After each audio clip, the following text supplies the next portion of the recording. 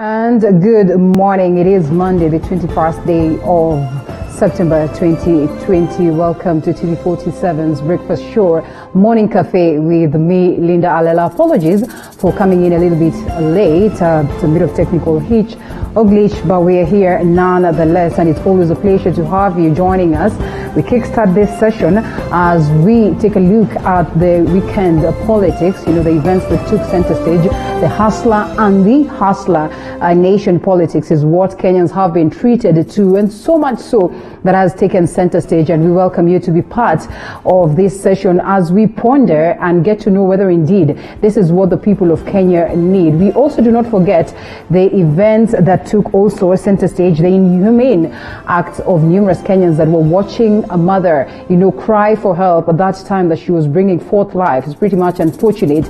And we also take a look at the events of matters education and whether students are set to go back to school, whether parents are ready to see to it that students go back to school. Some of them argue that they do not have money, and there are likelihoods that the fees will be higher or will be more in comparison to the other times. So what next amid all this time that the virus still lingers with us? But importantly, at least to something good later on in the broadcast, we discuss matters nutrition and we talk about the healthy daily habits. So keep me company right from now, and don't just keep me company, but ensure you're part and parcel of this conversation. Hashtag Morning Cafe at Linda_Alela TV47 KE. And like we said, we've come in a little bit too late, but all the same, the show has to go on. We'll be taking a look at the newspaper alongside my guest, who will also help me ponder on the political events of the weekend. Isaiah Owili is a political analyst, and Kevin Osido, who's a governance expert, they join me this morning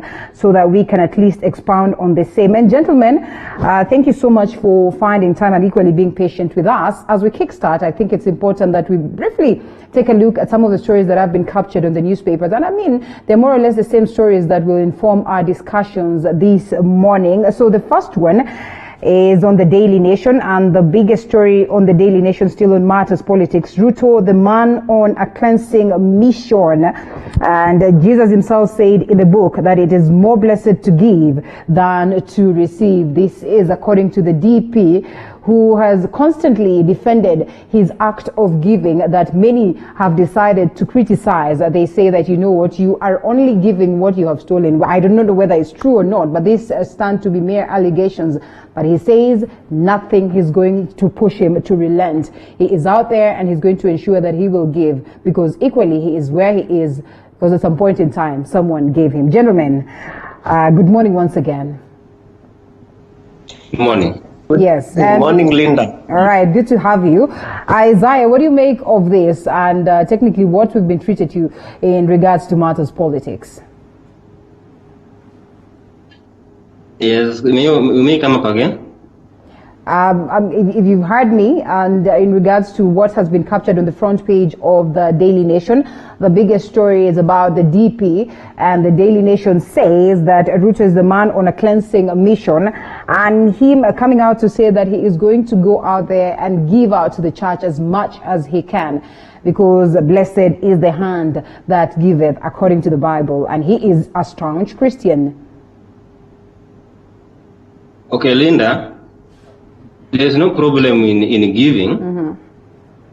The main question is the timing. How comes, the problem with the DP's giving is that it is seasonal. To eradicate poverty and elevate our people's, Kenyans' lives, mm-hmm.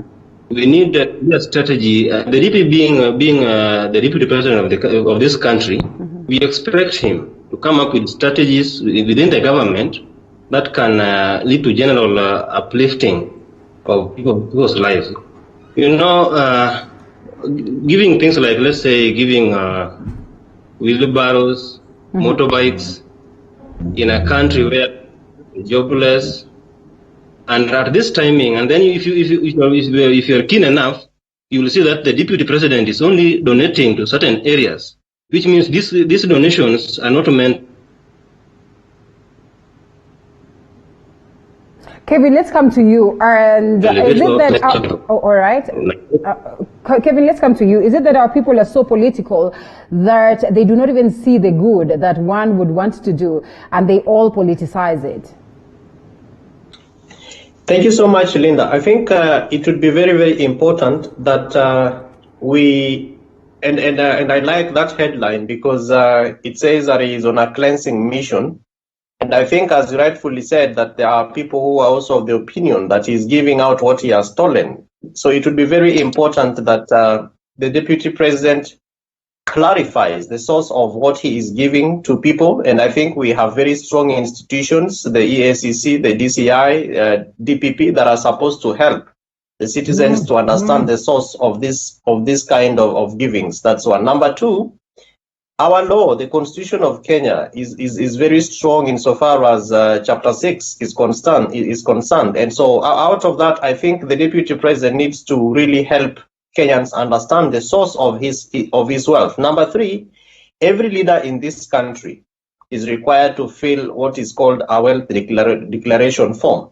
That form is supposed to guide the citizens in understanding the sources of our wealth, especially in as far as we know how much each of the public servants or civil servants are earning. Everybody knows how much the Deputy President of the Republic of Kenya earns, how much the President of the Republic of Kenya earns. So and I agree with Isaiah that there's no problem in giving, but what is the source of what you are giving? The fourth thing, and also which is also very critical, is if you want to be the president of this country and you have served for 10 years, you should have been able to understand the pros and cons, the strong elements of economic recovery, the strong points of revenue generation in this country. So much so that when you are traversing the country, you should be able to work together with the leadership of the local areas where you are headed to or where you are going to be able to understand their strong points and be able to help them insofar as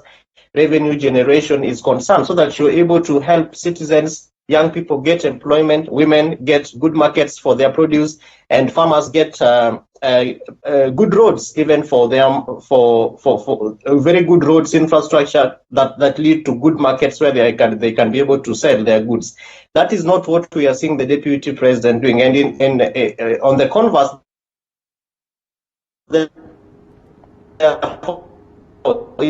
is that we are seeing a lot of politics, which should not be the case. In underscoring the interest of the citizens in what is taking place in our country today, Linda. All right, well, let's drop that one. We'll expound some more on the hustler politics, even as allegations of graft continue to weigh him down. The DP is remaking his image. Whether he's going to successfully do that is a question of wait and see. But to the aspect of schools, how coronavirus has weighed us down, and reopening of schools as nightmare for parents, or is a nightmare for parents, or is being looked at like that or as that, and caught flat-footed by the government's decision to reopen schools next month. Parents are staring at a mountain of bills amid the reduced incomes and massive job losses, and that declaration by the Ministry of Education that they might not be able to fund for some of these projects, hence the burden would squarely lie on the shoulders of the parents. Owini. Yes. I don't know whether I've gotten your question clearly, but as far as the reopening of schools is concerned, I think it is necessary because the pandemic is with us. We are supposed to find ways of the learning should continue, because all in all, even poverty eradication depends on knowledge and skills our students acquire from school.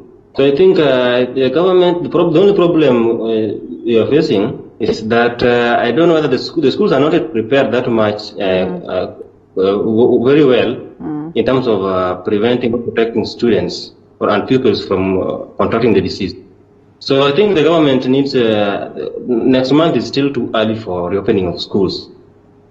Right. Well, and of course, as you say, it's too early. We equally acknowledge that it's important that we open schools. Because of the schools of Putin. All right, coming to you, Kevin Osidor. Parents are against this. They say, yes, it's a little bit too early, and there's so much that they're dealing with right now. Really, at this point in time, is it necessary to have our students go back to school? Will it be of much impact, acknowledging the fact that it will be third term?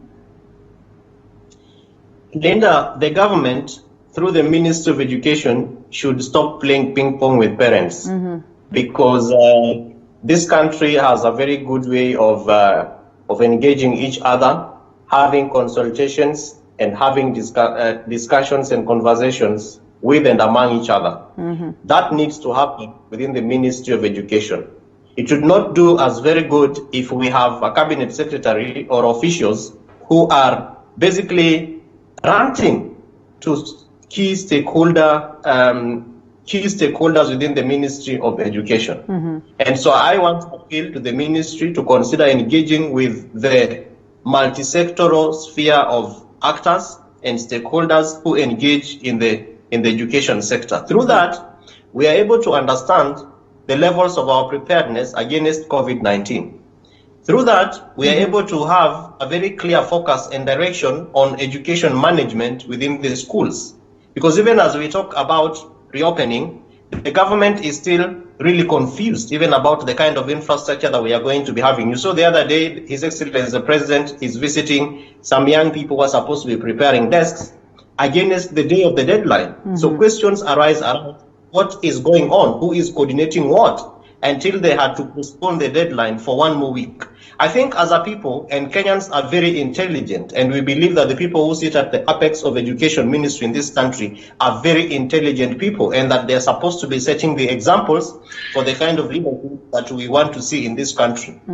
So I want to appeal to the ministry to consider having very candid conversations with major stakeholders in the education sector, including parents, because that conversation also needs to come out with the first thing I've mentioned, which is preparedness towards reopening against COVID-19. Number 2 is a timeline of our terms, because this is November. October. Next thing we are going to see is children or kids are going to come back home for the December holidays. Is it worth it? I don't think it is. Why don't we sit down and consider having a conversation around what really will be able to work very well for both the education sector, the ministry, so that they're able to meet their outputs against the outcomes that the parents are expecting.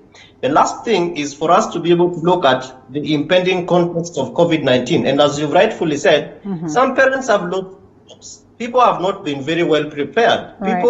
Some people don't even pay for their rent. The number or amount of joblessness against the economic recovery strategies of this country need to be relooked at. And I think the ministry needs to put into context what's happening around parents, around children, the rates of mental health issues. I think there's a lot that we'll need to do to ensure that we reopen schools in a manner that will be able to safeguard both the education managers, the parents, the children, and even the teachers. And if we do not have conversations taking place, I think we'll just be throwing ideas left, right, and center. They're not going to be helpful insofar as safeguarding even the future of the children that we expect to go back to school and ultimately come out to be the economic drivers of this great nation. All right, and also the same story has been captured on the front page of the People Daily. And parents protest at October classes, no money for fees that is likely to be increased, and the unpredictable nature of the COVID-19 disease. And we await to hear what the Ministry of Education will give as the final declaration in regards to the same. And we certainly be here to update you. And away from that, or still on matters COVID-19, first, the 6 KEMSA managers for SLEES and DPP narrows on 6 KEMSA managers in COVID-19 scam, captured on page 2 of the People Daily. 6 top administrators likely to be presented for prosecution within a fortnight time. And also a report that has been captured on the Daily Nation, that is page 8, and an argument here that COVID-19 was probably in the country or was in Kenya earlier than it was reported, hence the spread. And also, as the Ministry of Health maintains that yes, if we continue to loosen up the restrictions, then there are likelihoods that this is not going to be a good move for us, because then the virus still lingers with us. So really, when you look at this, what do you make of the general war on COVID-19 and how best we can be able to fix this amid these talks of corruption and these talks of the fact that the curve is not yet flat? Lena, the problem in this country generally is that all our institutions are marred by cartels. We have cartels everywhere, and the level of corruption in this country is what actually threatens even the fight against the disease. So I think that the problem we have, you hear that we still lack enough test kits. We still lack enough material to test for COVID-19. But you still, that's the case where you still hear that some money has been stolen. So I think, first of all, the war against graft in this country should be elevated. But as far as the government is handling the issue, I can allow the president and his administration is trying. Only that the challenge we have is the corruption. I think that we need to improve our testing capacity. The main thing to combat the disease is I think we should increase our testing capacity, because as now I can say the disease is well within us, but now we can't know how the exact number of people who have been infected because of our testing capacity. So I think the war, and then I would also like to urge Kenyans that the war against this disease is a collective responsibility. Each one and every one of us should take the responsibility of adhering to the Ministry of Health and WHO guidelines. Just that, and I think when it comes to about the corruption that has arisen from the KEMSA, I think this thing is deeply rooted, Linda. We should not just talk of the 6 who have been revealed. This thing is quite deep, and I think the DCI, our investigating agencies, should ensure that they dig deeply, because the reason why we used to see that most of our corruption cases end nowhere is because they are very big who cannot be touched by our judiciary. So I think it should start from the top. The main thieves are not being touched. Yeah. Are you getting the point? So I think I would like to request the president to step up and put more effort in fighting corruption, fighting graft in this country. Without graft, with zero graft in the country, I can assure you everything will just go on well. As we wind up on the newspaper review and probably cross over to the politics of the weekend, which again also has been captured, 21 days after that declaration by President Uhuru Kenyatta that, you know what, we should be having answers. Kevin Osido, do you suppose that really this is a move that is likely to see to it that, well, maybe there is recovery of assets for the people of Kenya and indeed the people held culpable of the same? Definitely, Linda. And in fact, you know, a directive from the president is like a law.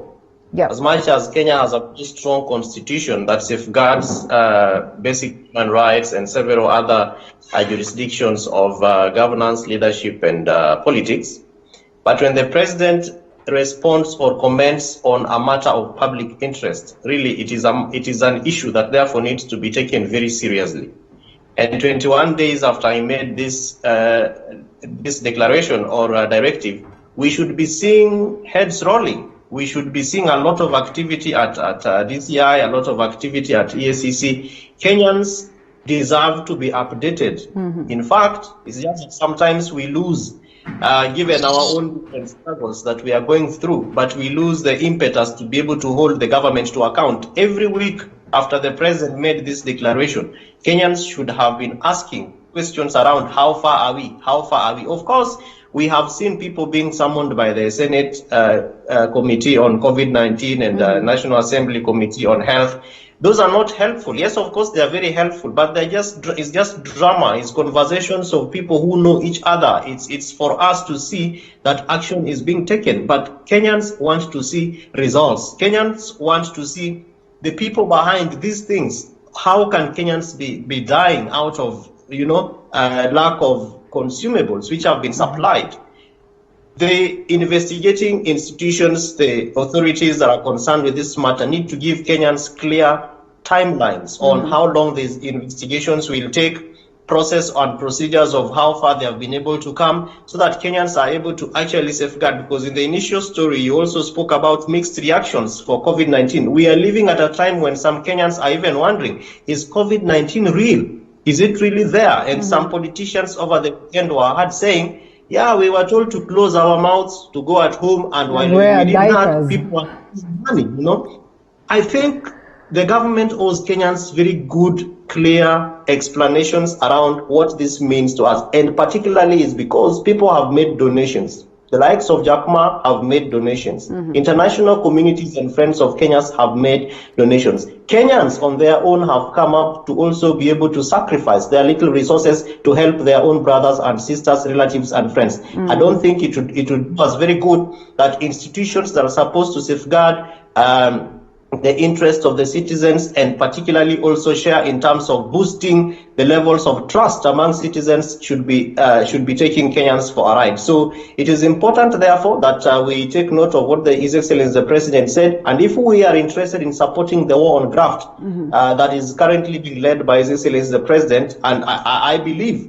that the people that have been put to the front need to take their seats and ensure that the right things which Kenyans expect from them are actually done. If people think that the President's words are just words to be spoken, then let His Excellency the President also come up and consider having his voice very strong on this issue and ensure that the right answers are given when they are required by Kenyans. All right, and speaking of which, I think we drop the newspapers and come to matters politics. And now that you've officially introduced us to it, we remember what it is that Honorable Aisha Jumwa has said in regards to COVID-19. I don't know whether we have that clip, Madam Director or Madam Producer.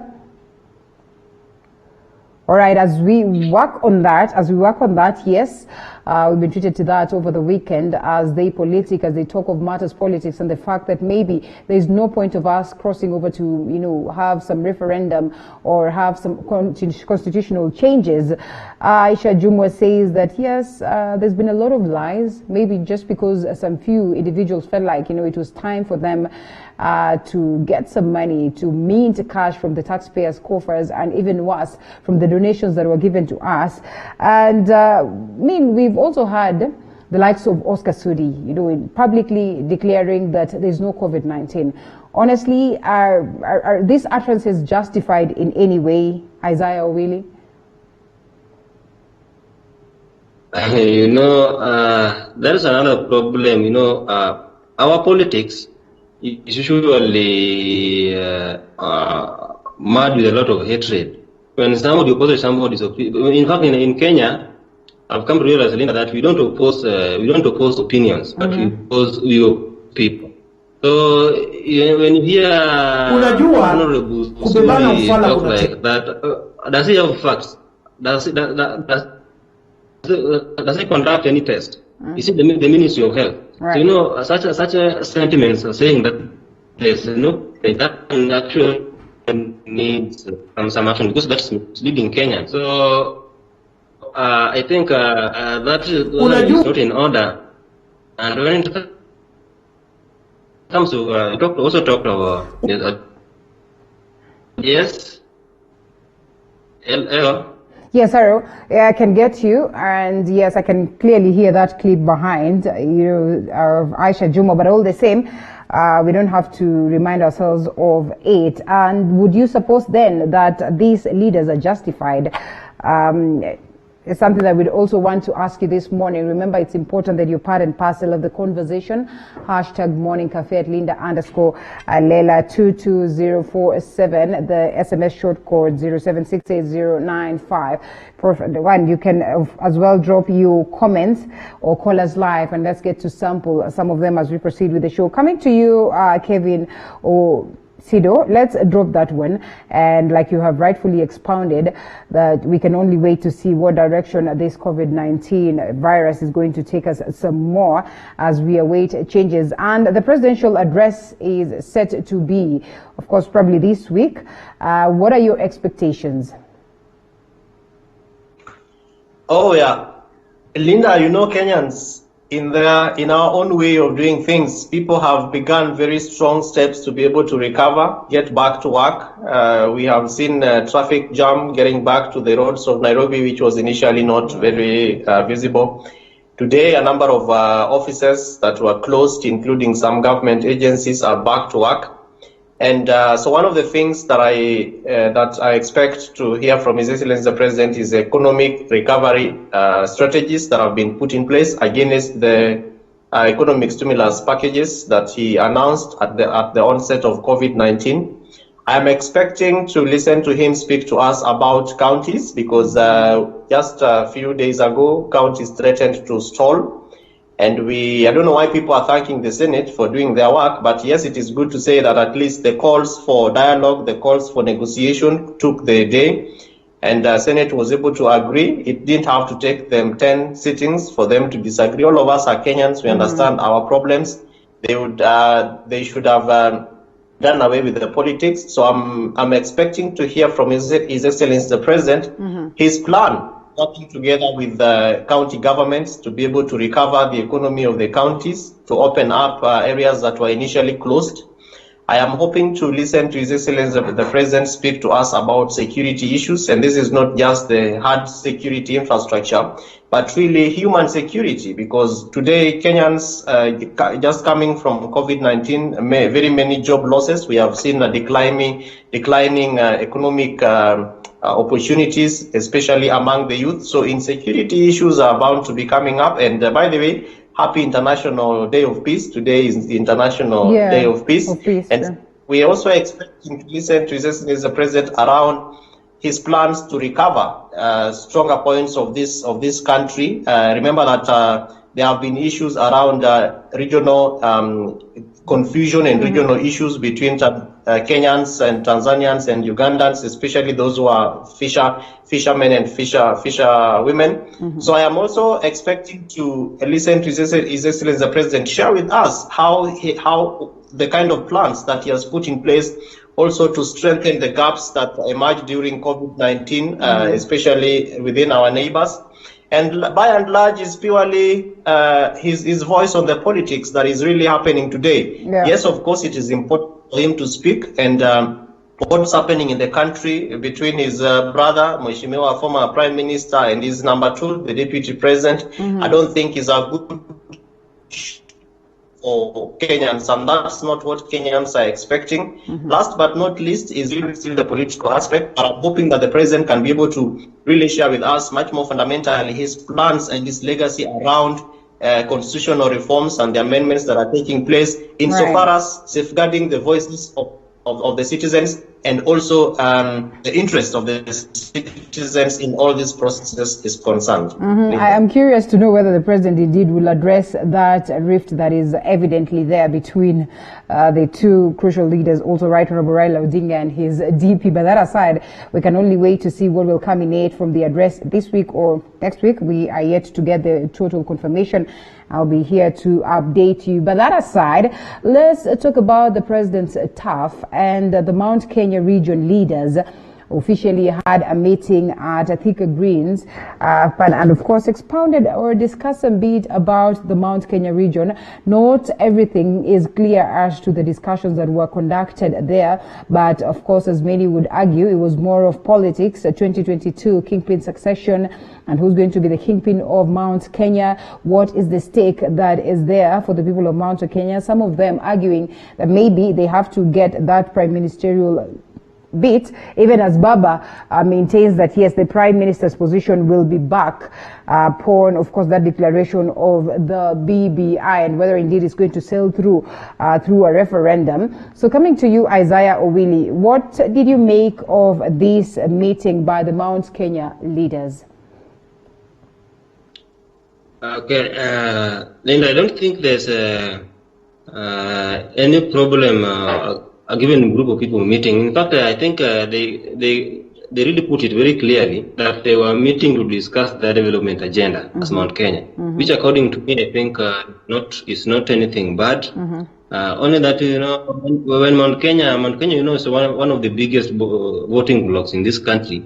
And when they meet, I think it must raise some queries. But I think by Mount Kenya, I think they said clearly that it only entailed their development agenda as a region, and which I think I can laud, and that's something which all regions should do. If they didn't attach any political leaning, if it were not a political for any political discourse, I don't think we can force that into their mouth. But I think even if they discuss their way forward as a political way forward as a region, there's no problem. In fact, I think, Linda, as at now, the politics has overtaken development programs in this country.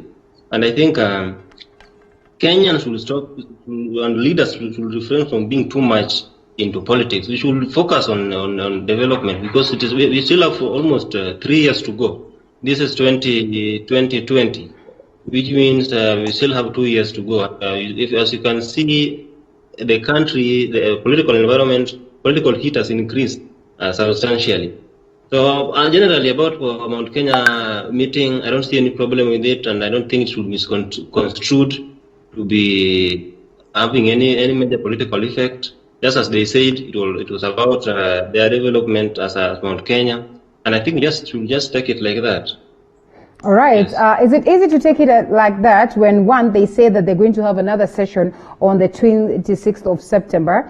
Of course, they obviously did not expound more on what they were discussing, and maybe they needed more time. And when you hear utterances from leaders like Honorable Moses Kuria with the argument that now we know our friends who are friends of the Kikuyu after that declaration or after that revenue formula debate sailed through. When you hear such utterances, and when you know very well that they are very instrumental, the Mount Kenya region is extremely instrumental, and of course shaping the politics of the nation, would you suddenly say that, well, there's nothing wrong with that and it's just okay that they are meeting? Kevin? Linda, I would not be very comfortable with that kind of narrative, because remember that Kenya is a very highly political and politicized nation. And the people who vote, a majority of them who are the citizens, and most of them being actually people who fall below the of course, let me say those who earn less than $1 a day, below the poverty line.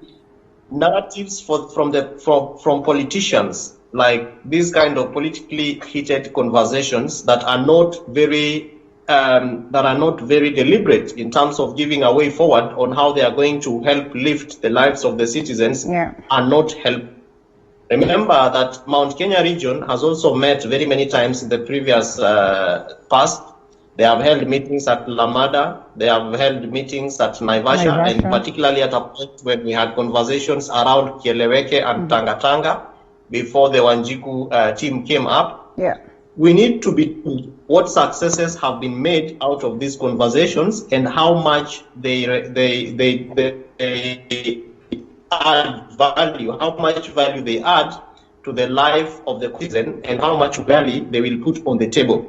I would have loved it if I had them speaking about a push towards having the former Prime Minister and His Excellency the President releasing the BBI report, because remember that regions also convened in the heat of the BBI campaigns. We had very big meetings taking place almost all over the country. I think the only areas that have not met include Nakuru and Nairobi. And Mount Kenya, Meru, they had a memorandum which they submitted to the BBI task force. we believe that those kind of conversations have been captured in the report. Why don't they consider having that report, pushing for the report to be released, so that that report gives a space for the common citizen to have his or her voice heard. Number two, remember that counties are today organized into regional economic blocks. Right. I don't remember listening to any of the things they said insofar as ensuring that counties will be able to have their stronger points to raise their own revenues. The politics of today will not really safeguard the economic interests of counties. They are going to safeguard the selfish interests of the political class.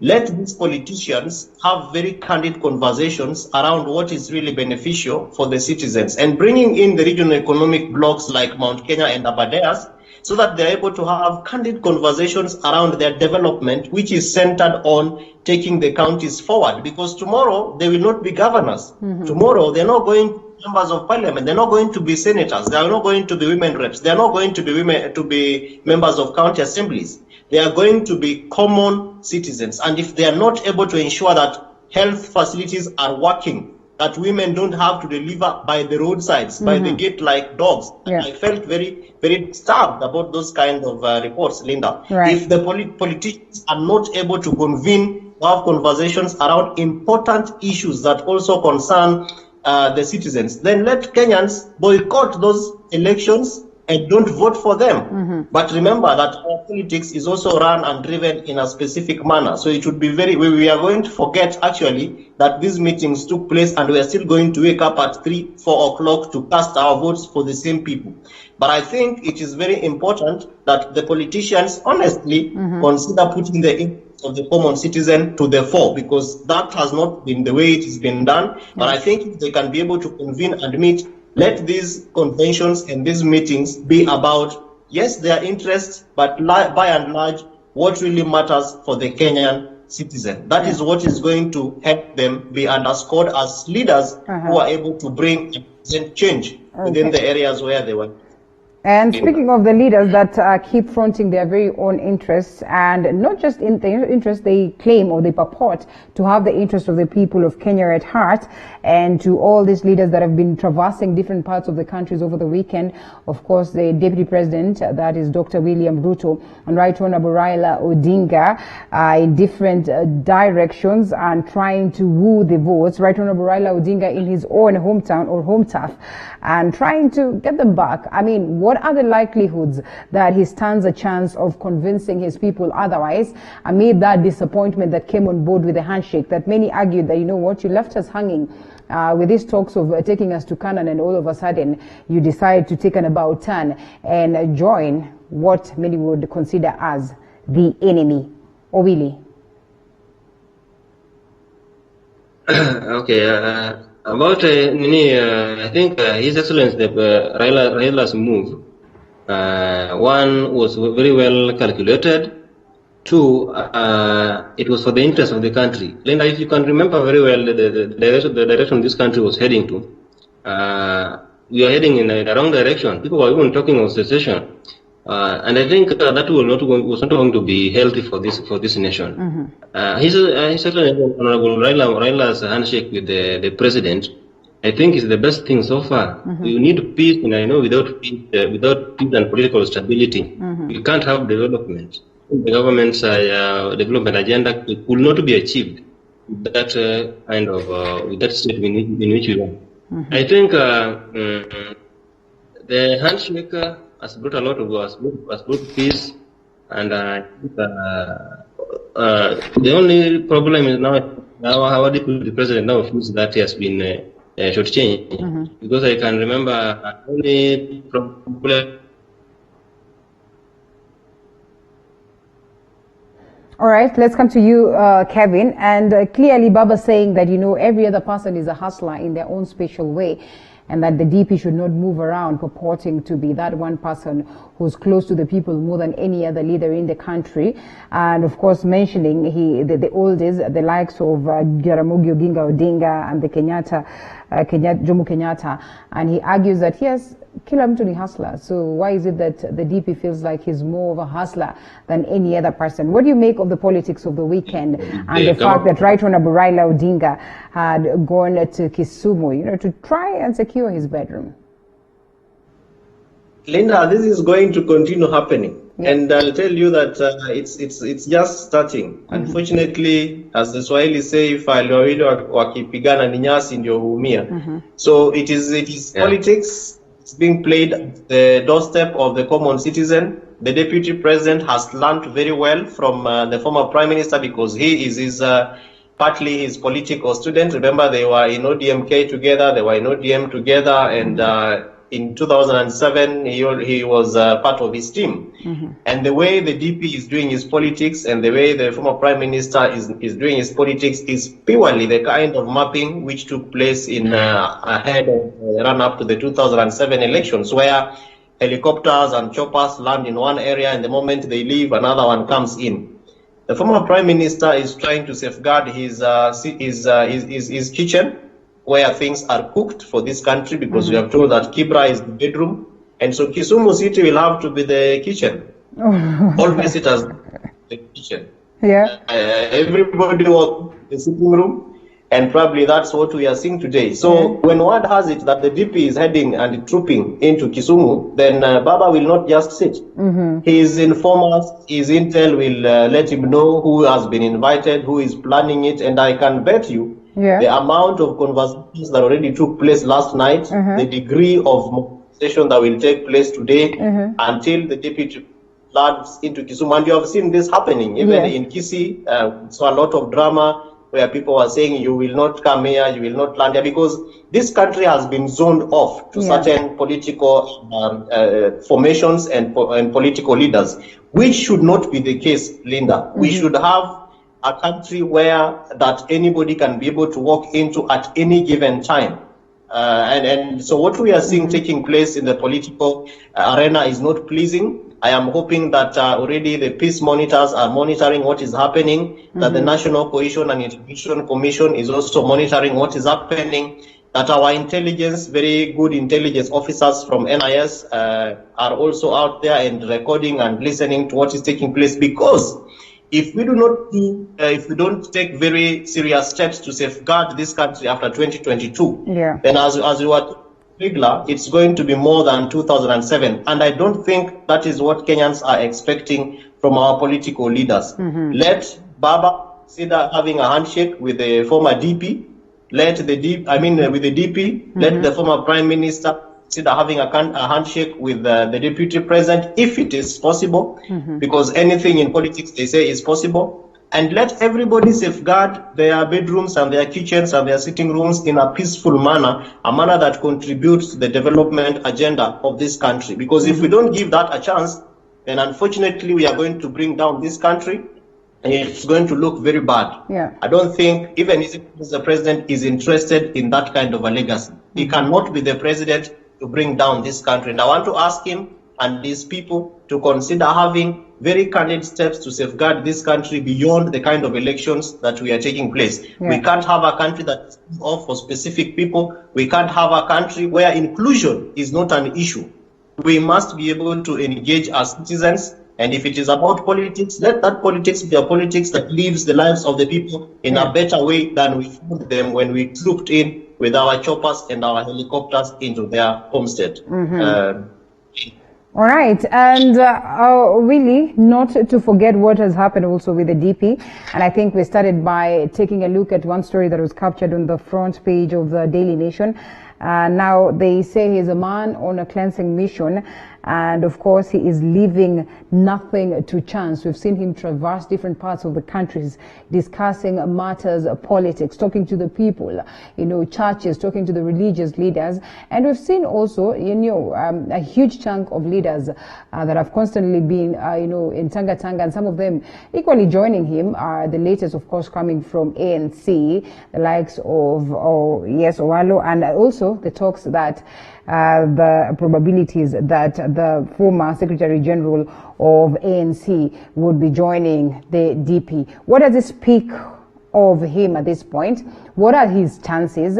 And what do you make of the political events? I mean, knowing very well that the gatherings have been stopped or are declared that are not right, but the gatherings that we witnessed today are those that would never allow us to, maintain the measures that have been projected by the Ministry of Health in regards to dealing with COVID-19.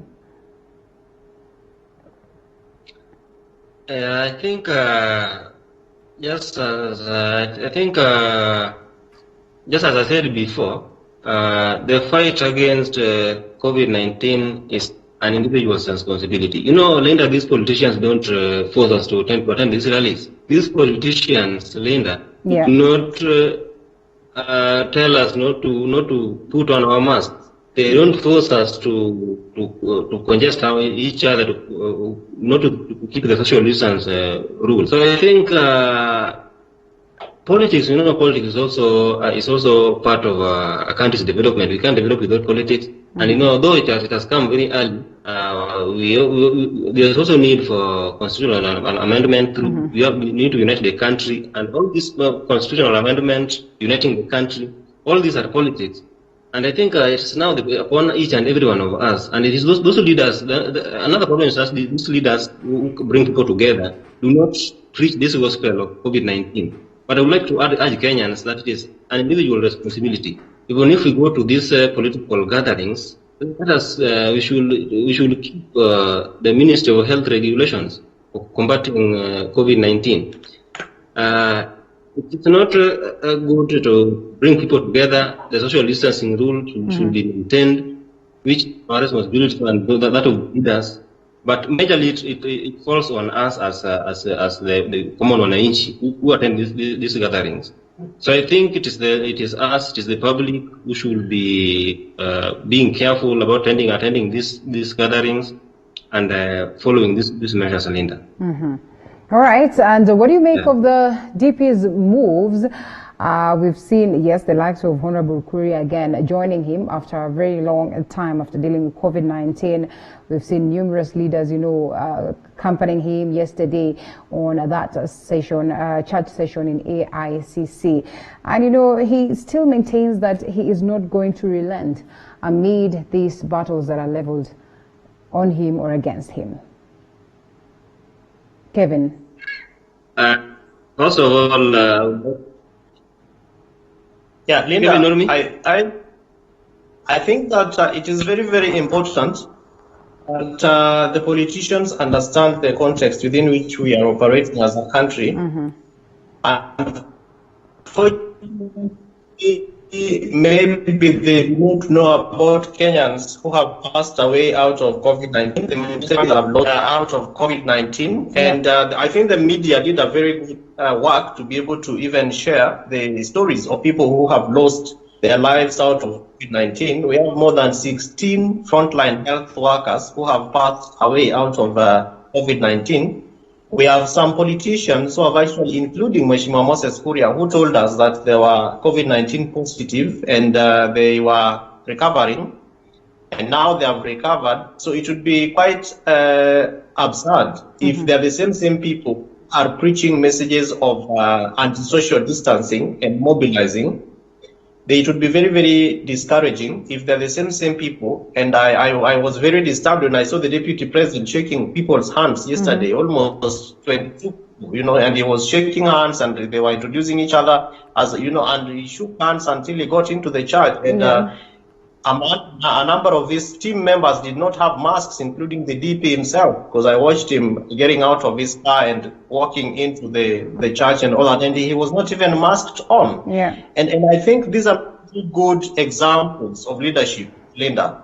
Leaders should be people who are touching a direction and then mobilizing people to follow them in a positive direction out of an agreed agenda. And the agreed agenda of this country is for us to flatten the curve out of COVID-19 so that the hustlers that the DP's team are talking about are able to have the opportunity to go back to work so that companies and industries and offices can open up and have the number of people that are being mobilized every single day getting back to work to earn money. Remember, the way politics is done in this country, people are organized. And when a politician is going into a church, there are people who don't sleep from the date of that particular meeting is announced. There are huge amounts of monies that exchange hands to ensure that people arrive at the venue of that particular meeting. Yes, of course, Kenyans are concerned about COVID-19, and I agree with my good friend Owili that COVID-19 will have to be an individual's responsibility. Yeah. But remember that you as an individual, you are put in a in a context of people who have the haves versus the have-nots. So you are here to be able to buy your own mask. You are struggling here to be able to buy your own water because government has failed to provide water for people to wash their hands with soap for 20 seconds. Yeah. You are still struggling to get money to go and buy soap from a shop because you've been told there's nothing else which will wash away this COVID-19 virus out of your hand and your surfaces other than soap. You are still struggling to also get money to go and buy a sanitizer. So if the politician into your area and you have relatives who are working for this politician and that they have told you, if you arrive at the place where the DP or whoever politician is going to be, we will give you 100 shillings, which you can use to buy 5 masks at the end of the day. Yeah. You're not going to sit at.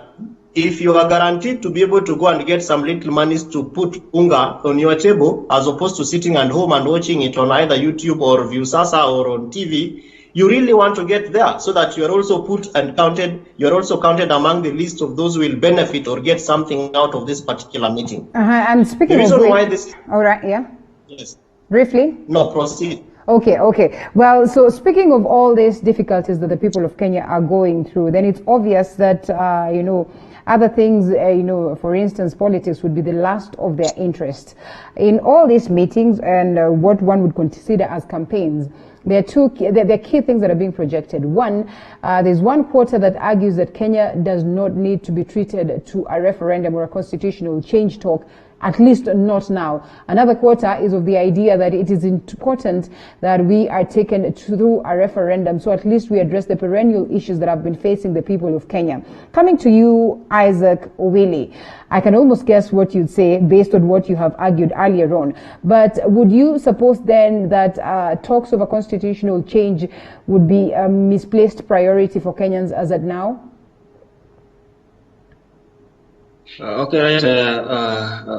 Linda, based on the past experience, we've been having a lot of issues. After each and every election, we've been having people fighting, people killing each other over elections.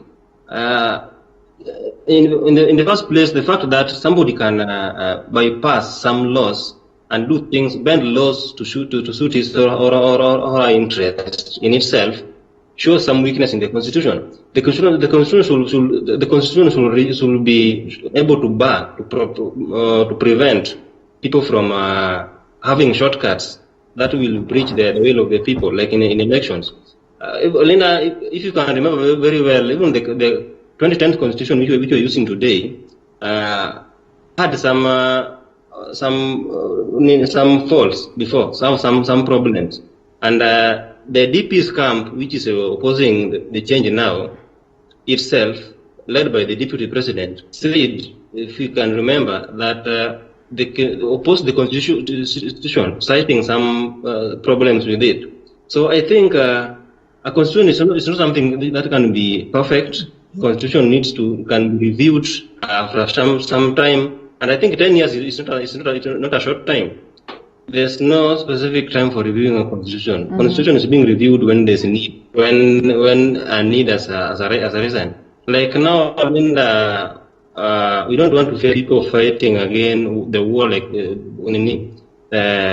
post-election wars, the way we've been experiencing before. So I think, Linda, if we can deal with this now forever, once and for all, and have a government leadership structure that will ensure that everybody is contented, so that we don't have people fighting over elections again. I don't see any problem with it.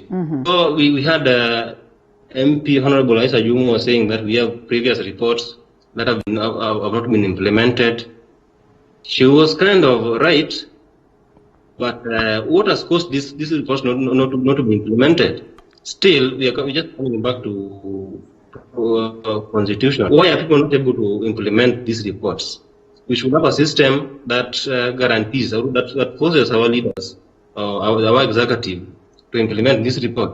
So I think there's need to change the constitution, because actually any Kenyan can see that we have very many problems in this country.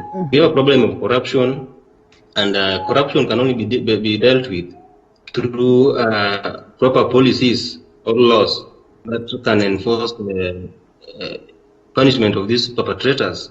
So I think I completely agree with the constitutional change based on the nine points agenda that His Excellency the President and Honorable Raila Odinga came up with.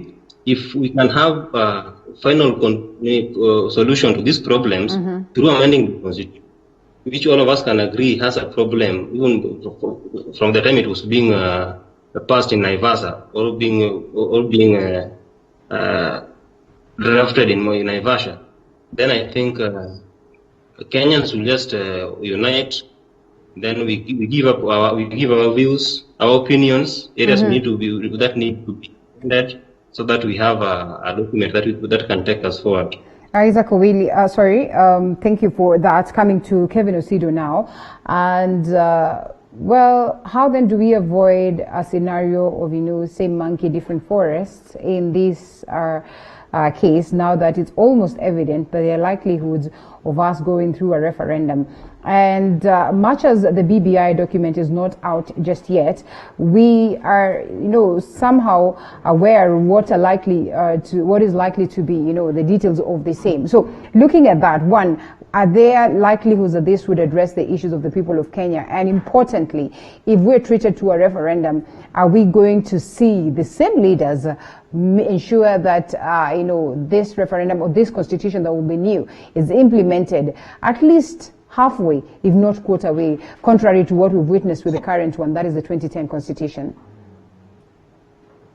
Linda, I like how much optimism you have for our leaders to be the drivers of the implementation of the constitution. Yeah. Now, I'm sure about leaders here, we are referring to people who sit at the National Assembly, people who sit in Parliament, a body that is in fact even illegal as we speak today, because they have failed to put in place the 2/3 gender rule. I don't know whether I think I saw somewhere people asking the Supreme Court President, His Excellency the Chief Justice, to declare Parliament null and void. I'm looking forward to seeing how that goes. But if you were to look at an audit of our Constitution of Kenya 2010 against the ongoing conversations for referendum, the only reason why the political class is interested in this conversation is because of the number of seats that they want to ensure that are put in place. Their interest in Article 43 that talks about the Bill of Rights, the right to food, right to water, right to health, all those things, I don't think is in their interest. Because even as we talk about food today, we have the big four agenda. One of it is food security. We still have Kenyans who cannot be able to have meals. We still have Kenyans' children who are dying out of malnutrition. We still have who cannot be able to effectively deliver. Those are things the politicians should be considering to talk about. However, Linda, the BBI process therefore gives us an opportunity and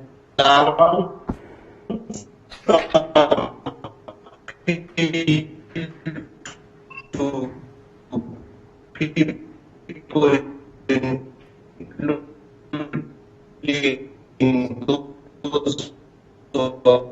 Still not, I guess there's some bit of a heat there.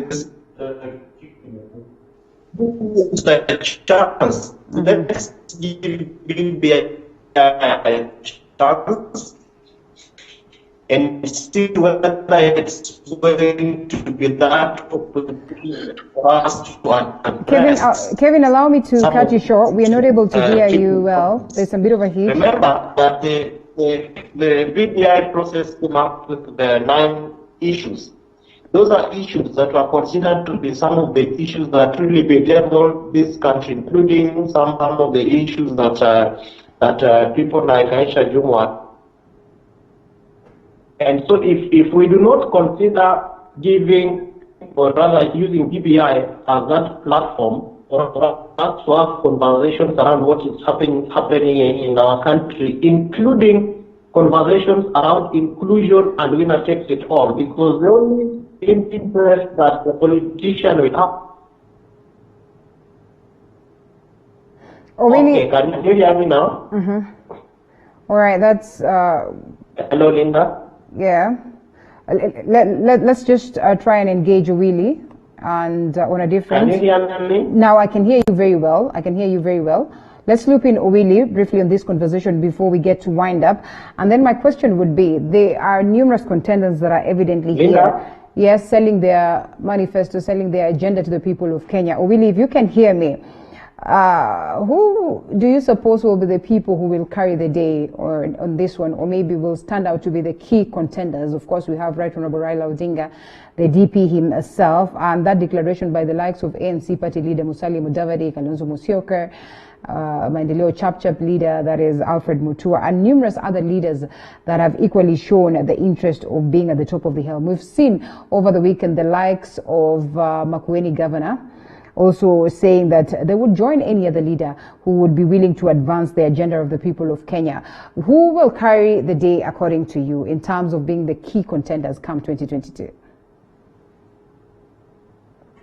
Okay, Linda, this issue ultimately or eventually it will end up in the hands of Kenyans.